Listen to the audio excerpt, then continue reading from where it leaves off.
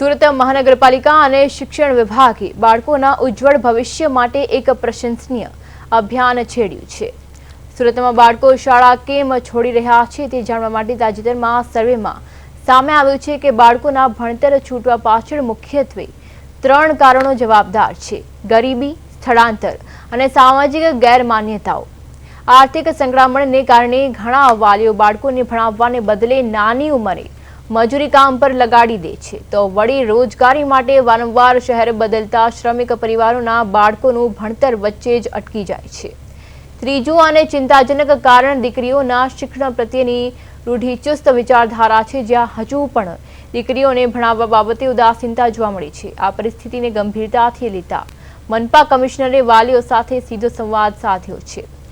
તેમણે ખાતરી આપી છે કે જે પરિવારો રોજગારી માટે સ્થળાંતર કરે છે તેમના બાળકો માટે વિશેષ વ્યવસ્થા કરવામાં આવશે, જેથી તેમનું શૈક્ષણિક વર્ષ ન બગડે।